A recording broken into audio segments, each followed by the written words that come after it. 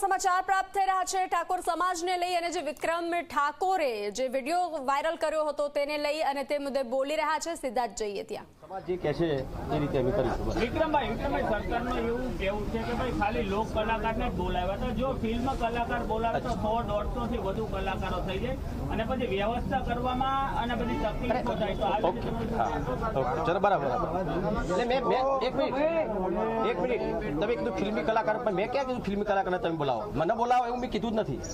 હું ફિલ્મી કલાકાર છું, સાથે સાથે ગાયક કલાકાર છું, ભજન પણ ગાઉં છું, સંતવાણી પણ કરું છું, માતાજીના ગરબા પણ ગાઉં છું, બરાબર। ખાલી ફિલ્મી કલાકાર નથી। તમારી સાથે કેટલા કલાકારો સમર્થનમાં આવ્યા છે અત્યાર સુધી? કલાકારો તો દરેક સમાજના કલાકારો મારા સમર્થનમાં છે ને તમને બધાને ખબર પણ છે। ક્યાંય ને ક્યાંય એવો પણ એક વાત આવી રહી છે કે રાજકીય માઇલેજ મેળવવા માટે અથવા તો રાજકીય વિવાદ ઉભો કરવા માટે આખું તમે સ્ટેન્ડ લીધું અને એમાં ગેની બેને પણ તમારા સમર્થનમાં આપ્યું છે, તો આ વિશે તમારું શું કહેવું? જો આ ખીચ છે ને ભાજપનો નથી કે કોંગ્રેસનો નથી, બરાબર, રામદેવજીનો ખીચ છે। અને બીજી એક વસ્તુ મારે પોલિટિક્સ કરવું હોય તો 2007માં મોદી સાહેબે મને સ્પેશિયલ એમને હું મળ્યો હતો, એમના આશીર્વાદ લીધા હતા અને એ વખતે પણ સાહેબે મને કીધું કે દીકરા તારે શું છે તારે જોડાવું છે। એ વખતે મેં કીધું હતું સાહેબ હું અત્યારે ફિલ્મ લાઇનમાં મારું કામ સારું ચાલી રહ્યું છે, જ્યારે પણ મને લાગશે કે હું રાજકારણમાં જોડાઈશ ત્યારે જોડાઈશ। એ વખતે 2007ની વાત કરું છું, અત્યારે કેટલું 25 છે અત્યારે, બરાબર। તો અત્યાર સુધી મેં રાજકારણમાં જોડાવા માટે કે ભાઈ રાજકીય આ કંઈ પેલું એ કરવા માટે મેં નથી કર્યું। આ ફક્ત ને ફક્ત મારા ઠાકોર સમાજને જે સમાજના લોકોને જે ન્યાય નથી મળ્યો બીજા સિંગરોને એના માટે જ કર્યું છે। સાહેબ ઠાકોર સમાજના આટલા બધા સરકારમાં પ્રતિનિધિઓ છે, કોઈ તમારા સંપર્ક કે કંઈ કર્યું?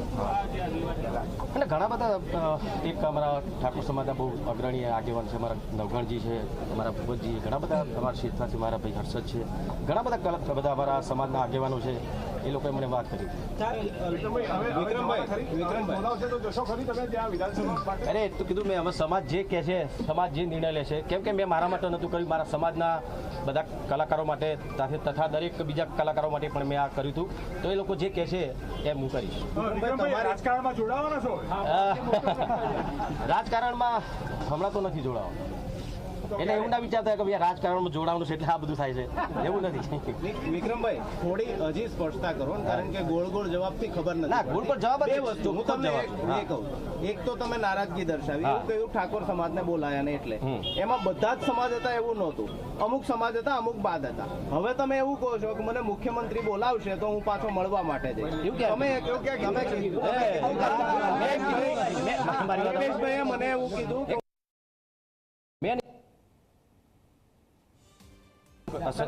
કલાકારો લઈને સરકાર સાથે સમાધાન કે નહીં, લડી લેવાના મૂડમાં કે સમાધાનના મૂડમાં? અરે હું લડવા વાળો માણસ ભાઈ, હું સામાન્ય કલાકાર છું, ભાઈ લડવા વાળો માણસ નથી। આખી મીડિયાના બધાને ખબર છે કે વિક્રમ ઠાકોર કેવો માણસ, બરાબર। હું રાજકીય માણસ નથી, રાજકારણ મને આવડતું પણ નથી। તો સરકાર બોલાવશે સમાધાન કરી લેશે? સરકાર બોલાવશે ત્યારે તો ઠીક વાત છે, પણ મારો સમાજ કહે છે કે એ જે કહે છે એમ કરીશ। અરે વિક્રમભાઈ, સમાજે તમને એવું નહોતું કીધું તમે વિડીયો બનાવો, તમે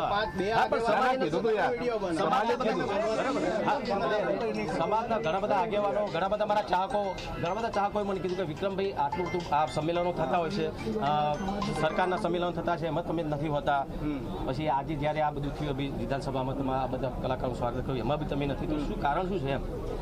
ને ચલો તમે તો મેં કીધું ભાઈ મને એ નથી બોલાવતા તો એમની મરજીની વસ્તુ છે, હું એમને નહીં ગમતો હોય, લોકો મને બધા સુપરસ્ટાર કહો છો પણ એમના હું સુપરસ્ટાર નહીં લાગતો હોય, એક સામાન્ય સિંગર ઠાકોર સમાજમાંથી આવતો એક છોકરો છે, એનું ક્યાં વેલ્યુ હોય, એ લોકો એવું માનતા છે કદાચ।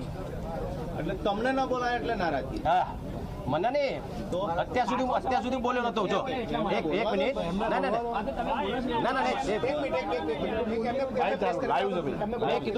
મેં કીધું જો અત્યાર સુધી એવું કોઈ કાર્યક્રમ કેવું હોય કે મને બોલાવ્યો નથી, બરાબર। ઘણી બધી એવી પિક્ચર છે મારી, એક એક્ઝામ્પલ આપું તમને, અત્યારે એટલે કહું છું, પહેલાં જે વખતે જે થયું તે વખતે હું નહોતો બોલ્યો, કેમ કે મારો પર્સનલ વાત હતી, પણ અત્યારે એટલા માટે કહું છું કે ખેડૂત એક રક્ષક પિક્ચર તમે લોકોએ જોઈએ છે, બરાબર, જોઈ છે બધાએ? હા, તો એ પિક્ચર જ્યારે સરકારી એવોર્ડ મળવાના હતા ત્યારે પિક્ચર અમે ત્યાં આપી હતી સરકારમાં, ત્યારે ઘણી બધી પિક્ચરો સારી પિક્ચરોને એવોર્ડો મળ્યા, બધી સારી વસ્તુ કહેવાય, પણ ખેડૂત એક રક્ષક એવી પિક્ચર હતી જે પિક્ચર બહુ સરસ બની હતી, અને અંદર અમે મેસેજ પણ મૂક્યો હતો કે ભાઈ ખેડૂતો માટે સરકાર શું કરે, કેવા લાભ આપે છે, એવો મેસેજ પણ મૂક્યો હતો, સાથે અંદર સુંદર મજાના સોંગ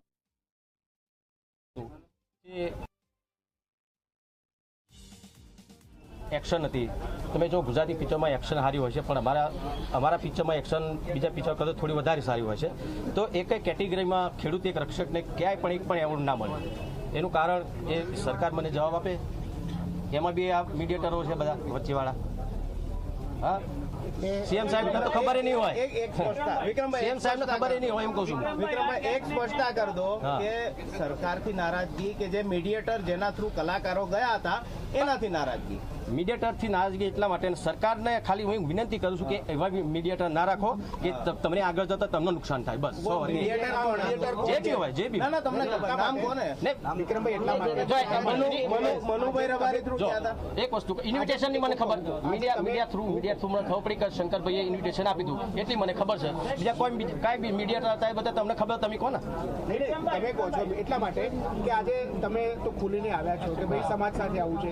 આવા કેટલાય લોકો હશે કે મીડિયેટરથી પીડાતા હશે, મીડિયેટરથી ન્યાય નહીં મળતો હોય, તો કમસે કમ બાકીના લોકોને પણ ખબર પડે કે આ મીડિયેટર છે ને આ પ્રકારનું કામ કરે છે. હું એમ તો કહું છું, મેં કદી પણ એ વિષય ઉપર ધ્યાન આપ્યું જ નથી, કારણ કે ફક્ત મારા ઉપર થતું હતું એટલે મેં કોણ છે કોણ નહીં મેં કશું ધ્યાન નતું આપ્યું.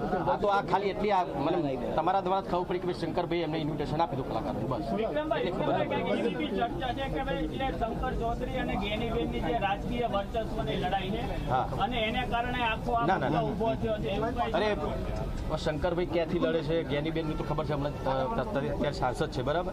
તો એવું મેં કીધું ને એમાં રાજકારણમાં આવતું જ નથી. મેં રાજકારણ માટે કશું કર્યું જ નથી આ વસ્તુ.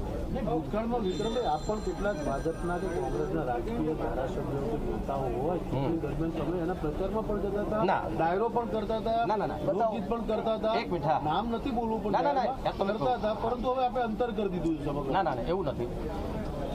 મારે ખાલી ભૂતકાળમાં બહુ ટાઈમ પહેલાં કદાચ એવું થયું છે કે ઠાકોર સમાજનો કોઈ નેતા ઉભો રહ્યો છે, તો મેં કદાચ એ વખતે કર્યું છે જ્યારે મારે ખાલી શંભુજી બહુ ટાઈમ પહેલાં ઉભા રહ્યા હતા ત્યારે એમના માટે મેં પ્રચાર કરેલો. એવી પ્રચાર એટલા માટે જ કર્યો કે મારા ઠાકોર સમાજના કોંગ્રેસના હતા ભાજપના એનાથી મારે કોઈ લેવા દેવાનું નહોતું. ઠાકોર સમાજના એક નેતા હતા એમના માટે મેં કદાચ ભૂતકાળમાં કર્યું છે. અલ્પેશજી છે, ધવલસિંહ છે, તમારા સમાજના ઘણા નેતાઓ અત્યારે છે, ભાજપમાંથી છે, એમાંથી કોઈ ખુલીને નથી આવ્યું કે ભાઈ બોલાવવા જોઈએ અમારા સમાજના લોકોને?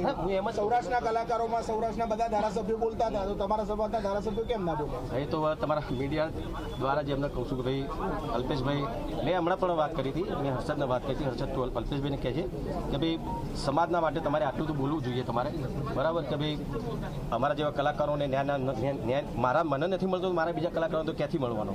તો એના માટે તમે છો ભાજપમાં છો, તમે સરકારમાં છો, તો ઠાકોર સમાજના જે નેતાઓ જે છે એમને પણ ખરેખર આમાં રજૂઆત કરવી જોઈએ સરકારને. આગળ વિધાનસભા શું કરવાના? વિધાનસભા જે છે 7 કરોડ જનતાની છે. હા, તો સરકારને કદાચ હું સુપરસ્ટાર નહીં લાગતો હોઉં તેવું કહેવું વિક્રમ ઠાકોરનું સામે આવ્યું છે. મીડિયા સાથે વાતચીતમાં અનેક વાત પર ચર્ચા કરી. મારો સમાજ જે કહેશે એ હું કરીશ તેવું વિક્રમ ઠાકોરનું કહેવું છે. હું રાજકારણમાં નથી જોડાવાનું.